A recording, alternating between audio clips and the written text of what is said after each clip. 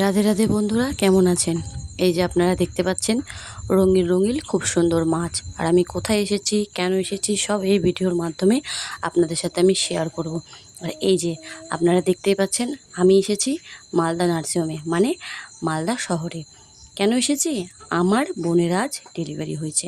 একটি মেয়ে ছিল আগেকার, আর এরপরে ছেলে হয়েছে।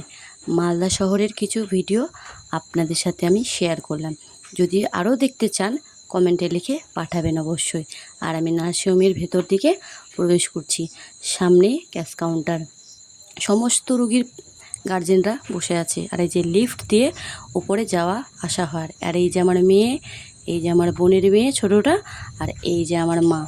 আর আমরা ওইখান থেকেই বাড়ি বলে বাসে উঠে পড়েছি। আর এই যে আমরা বাসে উঠে পড়লাম, এখন আমরা বাড়ি বলে রওনা দিচ্ছি।